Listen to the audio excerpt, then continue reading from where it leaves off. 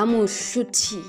O ile wa mo hlompholla hara batho wa mo hlapao, a hlajwa ke dihlong a bona ka bophelong o hloleile, a dula a hloname ka baka la mantswe a hao a hlabang pelong ya hae ha bohloko e ka mehlabuhlabu. O ile wa mo lahlisa ba mo hlokomelang, wa mo fetola phoofolo e hlaha, a phela mahlomoleng, a dula a hlorile, a hae mahlo a nyoretswe mahlasedi, wa mo tima pososelo, wa dula o fihla molomo o hlephisitse, o hloleha ho elellwa mahlohlojane a wa hleketseng lapeng la hao. Molomo wa hao a hlamisa a re wa o rata o tlala lehloyo e kare o ka hlatsa, wa ibula phahla, kganya ya hlaha e tahlela, ba mo hlota, a fumana eo a mo hlokang, a mo hlalefisa, a mo hlompha, a mo hlokomela, a mo hlasimulla, a bona ba hae bohlokwa, a mo hlatswa maqeba a hahla, a o lahla. Wa sala o ikwahlage o se buleile, o hloleha